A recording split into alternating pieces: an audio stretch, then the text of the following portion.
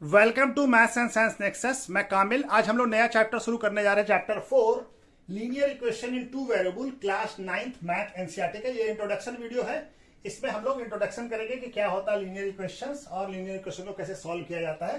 ठीक है, तो linear equation in two variable को क्या कहते हैं? Any equations can be put in the form of ax plus by plus c equal to 0 where a and b are क्या हो सकता है? कोई भी रियल नंबर हो सकता है। और साथ में क्या होना चाहिए? a and b are not both zero. Is called linear equation in two variable. जैसे एग्जांपल है 2x प्लस 3y प्लस 5, तो ये हमारा क्या हो गया? ये लीनियर इक्वेशन। जैसे 5x प्लस 4y प्लस 9, ये हो गया हमारा लीनियर इक्वेशन। अब इसको ये लीनियर इक्वेशन क्यों है कि ये टू वेरिएबल्स है। तो दो वेरिएबल कौन कौन सा है? x और y। ये क्या है? ये हमारा वेरिएबल्स है। ये क्या है? वेरिएबल्स। ठीक है ना, ये वेरिएबल्स है। ठीक है, और ये क्या है? कोफिशिएंट है। और ये 3 क्या है? ये भी कोफिशिएंट है। कोफिशिएंट है। ये 2x का कोफिशिएंट है और 3y का। और ये क्या है? ये हमारा कांस्टेंट टर्म है। ये क्या है? कांस्टेंट टर्म है। और ये linear equation in two linear क्यों कहते हैं? कि देखिए वेरिएबल में जो पावर है वो क्या है? 1 है। कुछ नहीं लिखा होता तो क्या पावर होता है? 1 होता है। ठीक है ना, तो ये भी जैसे ये भी लीनियर इक्वेशन है। टू वेरिएबल, दो वेरिएबल है x और y। ठीक है, और ये x का कोफिशिएंट क्या है? 5, और x का कोफिशिएंट 5 और y का कोफिशिएंट क्या है? 4, और ये 9 क्या है? कांस्टेंट टर्म है। तो general form of linear equation क्या होता है in two variable? ax plus by plus c, यानी ax, a क्या हो जाएगा? a हो जाएगा कोफिशिएंट ऑफ x, और b क्या हो जाएगा?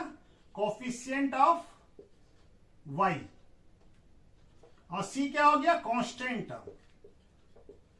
ठीक है, कांस्टेंट टर्म। जैसे इस इक्वेशन में हमारा जैसे ये 2x plus 3y plus 5 equal to 0, तो a का वैल्यू क्या हो जाएगा? यानी कोफिशिएंट ऑफ x क्या हो जाएगा? 2, और b क्या हो जाएगा हमारा? 3, और c क्या हो जाएगा? 5। ठीक है, तो ये स्टैंडर्ड फॉर्म में हम पहले लिखेंगे, उसके बाद ये करेंगे। ठीक है, अब हमको क्या करना है इसके बाद? इसका सॉल्यूशन कैसे निकालते हैं? किसी भी लीनियर इक्वेशन का इनफाइनाइट नंबर ऑफ सॉल्यूशन हो सकता है। ठीक है, चलिए इसको बताते हैं।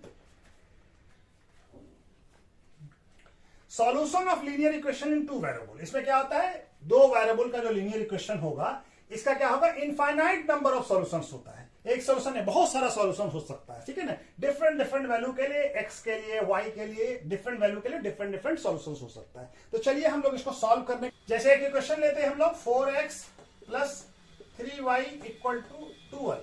ठीक है, अब इसका सॉल्यूशन कैसे फाइंड करेंगे? तो हमको मान लिया कि 3 सॉल्यूशन निकालना है इसका। ठीक है, तो पहले बॉक्स बना लेते हैं और हम x और y लिख देते हैं। ठीक है, अब हम क्या करते हैं? पहले एज्यूम कर लेते हैं लेट्स x इक्वल टू क्या है? Let's x equal to 0। तो x के जगह पे हम 0 पुट कर देते हैं। ठीक है, तो x की जगह पे हम 0 पुट कर देते हैं, तो क्या आ जाएगा? 4 into 0 plus 3y equal to 12। तो क्या आ गया? ये तो 0 हो जाएगा, प्लस 3y इक्वल टू 12, तो ये तो 3y हो जाएगा इक्वल टू 12। तो y इक्वल टू क्या आ जाएगा? 12/3। तो y का वैल्यू क्या आ जाएगा? 4। तो x का वैल्यू अगर 0 है तो y का वैल्यू 4 है। उसी तरह से हम एक बार y का वैल्यू 0 पुट करते हैं। तो y का वैल्यू जब 0 पुट करेंगे तो क्या आ जाएगा? 4x प्लस 3, y की जगह पे 0 पुट कर दिया, तो क्या आ गया? 4x। अब ये तो 0 हो जाएगा, और 4x 0 ऐड करने से 4x ही रह जाएगा। x इक्वल टू क्या आ जाएगा? 4 12/4। तो क्या आ जाएगा? x का वैल्यू 3। अगर y का वैल्यू 0 है तो x का वैल्यू क्या है? 3। एक और कोई वैल्यू ले लेते हैं हम लोग। ठीक है, एक और वैल्यू x का, y का वैल्यू हम लोग क्या ले लेते हैं? y इक्वल टू 2 ले लेते हैं। ठीक है, y इक्वल टू 2, तो x 4x plus 3 into 2 equal to क्या आ जाएगा? 12। तो 4x और 2 इंटू 3 6, और ये 12। तो 4x क्या हो जाएगा? 12, ये 6 इधर जाएगा तो माइनस हो जाएगा, तो 6 4x, x इक्वल टू क्या हो जाएगा? 6/4, यानी 3/2। x, अगर y का वैल्यू 2 है तो x का वैल्यू क्या है? 3/2 है। ठीक है ना, कोई भी रियल नंबर हमारा आएगा आंसर में। ठीक है, तो ये है। अब हम इसको इस तरह से लिखा। अगर हमको लिखना हो कि कैसे लिखेंगे तो ऑर्डर पेयर में लिखते हैं हम लोग। इसका सॉल्यूशन कैसे लिखेंगे कि सॉल्यूशन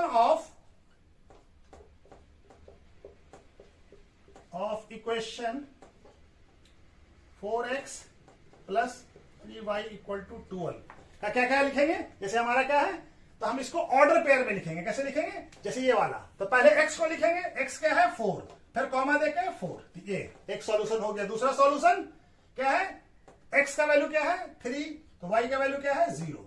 तीसरा सॉल्यूशन क्या है हमारा, x का वैल्यू 3/2, तो y का वैल्यू कितना है 2। तो इस तरह से लिखेंगे ऑर्डर पेयर में। ठीक है, ठीक है, इस तरह से हम लोग ऑर्डर पेयर में लिखेंगे। इस तरह से जितना भी मैनी सॉल्यूशन, बहुत सारा सॉल्यूशन हो सकता है, इसका इनफाइनाइट नंबर ऑफ सॉल्यूशन हो सकता है। तो हम लोग जितना भी सॉल्यूशन बनाना चाहें बना सकते हैं। जितना क्वेश्चन में दिया होगा तो बनाएंगे। किसी भी क्वेश्चन को इस तरह से हम सॉल्यूशन बना सकते हैं। ठीक है, तो चलिए आज इंट्रोडक्शन यहीं पे क्लोज करते हैं। ठीक है, इसके बाद हम लोग इसका एक्सरसाइज करने की कोशिश करते हैं।